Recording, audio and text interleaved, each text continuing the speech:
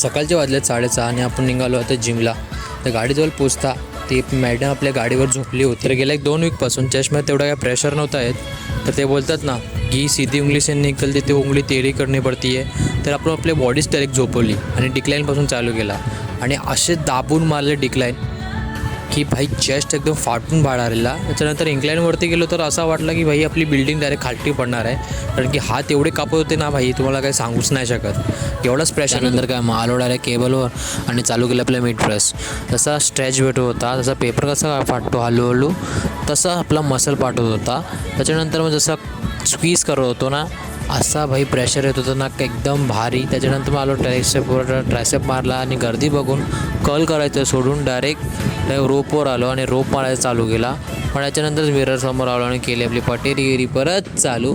आणि मग बघा कसा भाई प्रेशर येतो आणि कसं दिसतं आपल्या ट्रायसेप. कमेंट बॉक्समध्ये नक्कीच कमेंट करून सांगा भाई. तर भेटूया तुम्हाला व्लॉग डे 16 मध्ये. तेव्हापर्यंत जाऊ ना कुठे, आपण येणार परत.